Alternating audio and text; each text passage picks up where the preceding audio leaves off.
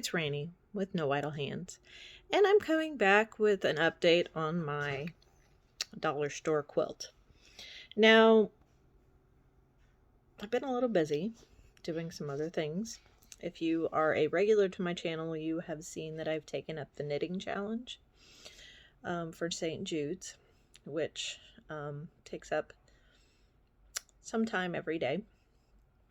But I have been kind of in the planning stage of this quilt, and I found a pattern that I like. It's called Jack's Chain, which I'll have to see if I can't put out some put out the design for you so you know what I'm talking about. But anyway, some of this last little bit since the last update was just research, finding something besides just plain hexagons. Because I think that's kind of where I got bored last time, was just doing hexagons. Just kind of. Anyway, not only that, it was just black and white. And that tends to get boring also. So, a few acquisitions since the last time we've chatted. I still tried to keep it on the budget. I will admit I went to Hobby Lobby. I got a couple of things at Hobby Lobby, but one of them was very much a necessity, I would think. However, you probably could find another tool similar to it. I mean, I just needed a 60-degree angle to be accurate. Even though I drew out my hexagon, I wanted to remember how I said accuracy was super duper important.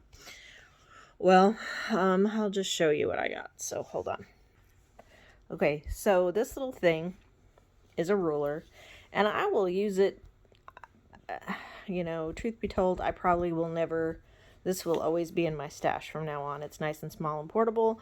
And as you can see, it's got the 60-degree angle and the 45-degree angle. I mean, you could buy a compass or protractor or whatever at Walmart, and it probably would be cheaper. But I like these. I used to quilt a lot, and this was only like $6 or $7. But it is something that I felt like it was an investment that I will use a lot. Now for you, that's up to you as to whether or not you want to buy it. And while I was there,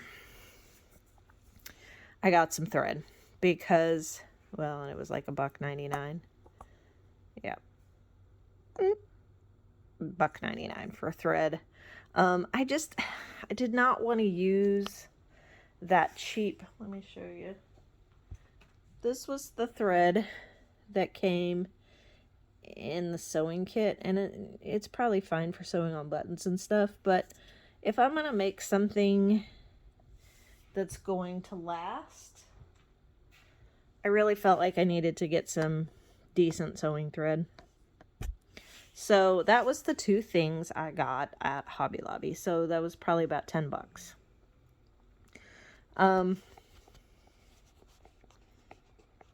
So the other things I got, let's see, that was the original little roll, the jelly roll of fabric I bought. And then this was the other jelly roll that I got today.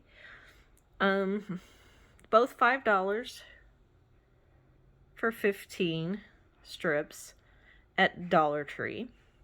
And then this turquoisey stuff here came from Walmart. It was slightly more expensive. It was $6 and some change. I don't remember exactly, but there are 20 strips there, so it's about the same cost for a little bit more fabric. I mean, price per strip is about the same. Same general area. And also, even though, I kind of want to work with what I've got, but I needed a little variety, so just a little bit of variety.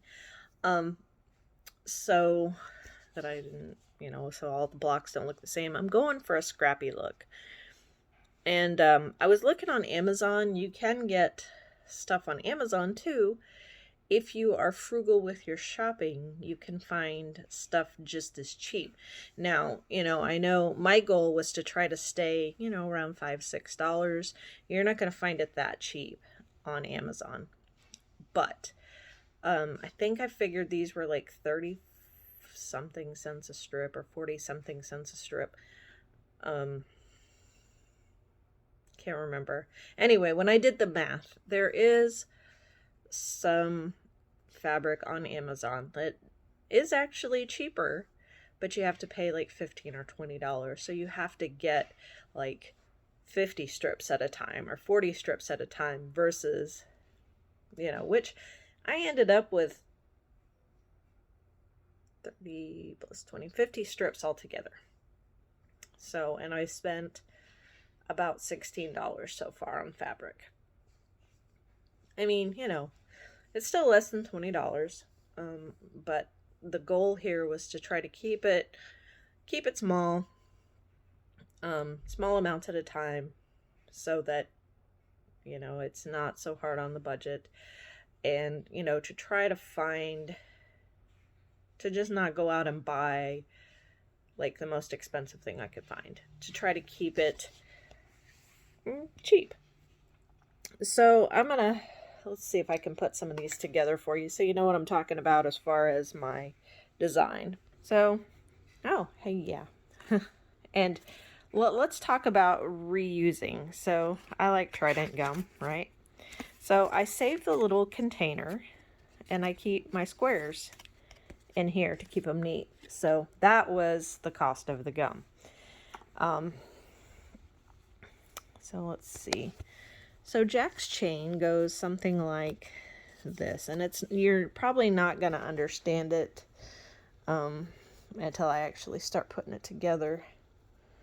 But it has, and I don't know where my triangles went to. Anyway, we'll figure that out in just a second. So,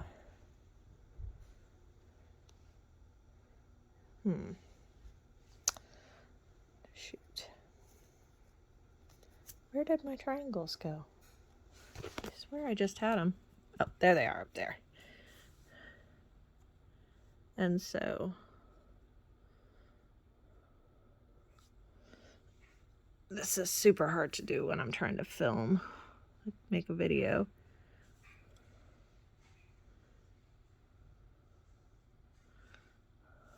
Let's see.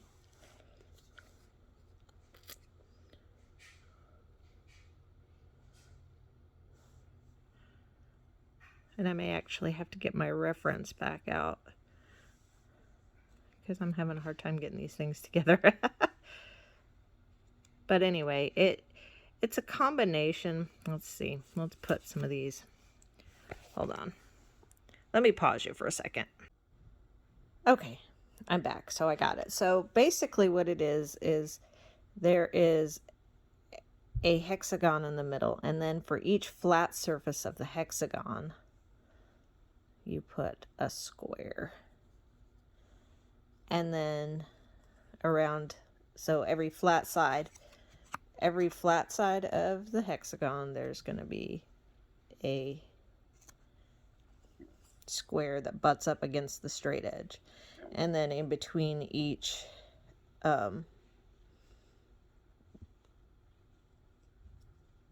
square is going to be a triangle, and it will all fit together. So that's why precision is super important. And so then, there's going to be like a block here, like a square block. And then we're going to start all over again. We're going to go with another hexagon. And there's going to be on every flat surface of that. And it's just going to keep going and keep going.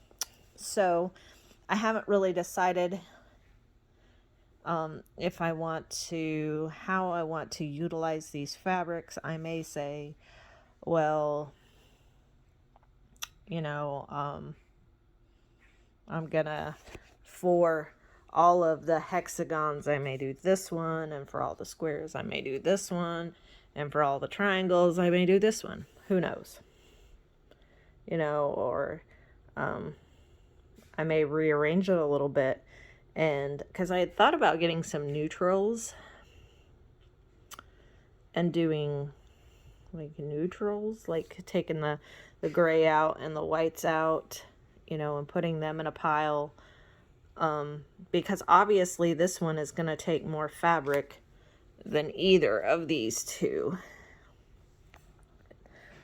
This is by far, well, I mean, 6 of these will theoretically fit inside of this one.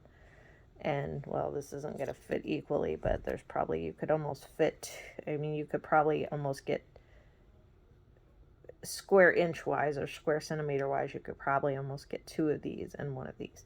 So, you know, it's like whatever I have the most of will probably be, you know, this. And I don't know yet. See, that's why I'm still working on it. So, still in the planning stages. So yeah, I just have been cutting a few pieces in between, and it takes time. I mean, precision, the few that I have cut, have taken me about an hour, because you have to make sure that everything is precise, because in the end, it is, it's all got to fit together. And if it's, you know, maybe if it's like a 1/16 of an inch off, it might still, you know, I can still ease it in there together. But the thing is, we want it to all fit nicely, and everything has to be the same size. So anyway, I'm going to try to get some of this done by the next time I give you an update, so you can at least see what I'm talking about. Maybe I might try to show you how I put my pieces together, how I do English paper piecing. I mean, it's really kind of, it's, well, you can see it's small and it's easy. It's portable to take with you. I mean, I just have this small,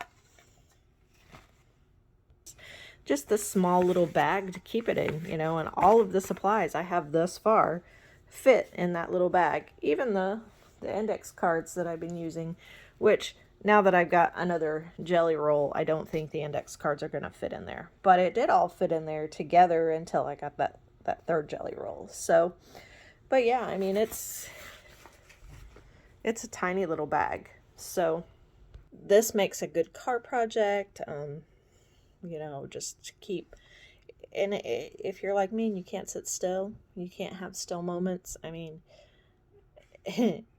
don't let my boss hear me, you know, say this, but on Zoom meetings when it's not my turn and I really don't have to pay attention, I always have something going. So, but that's only when I'm in my office all by myself. But when I have to pay attention, I do. So it's not like I just sit and craft while I'm on Zoom meetings. Although, you know, I do, I mean, I tend to pay more attention. I mean, I'm keeping my mind engaged if I'm doing something mindless, like crocheting or knitting, or, I mean, as long as it's not something I have to count. If it's just repetitive over and over, you know, single crochets or whatever. Excuse me.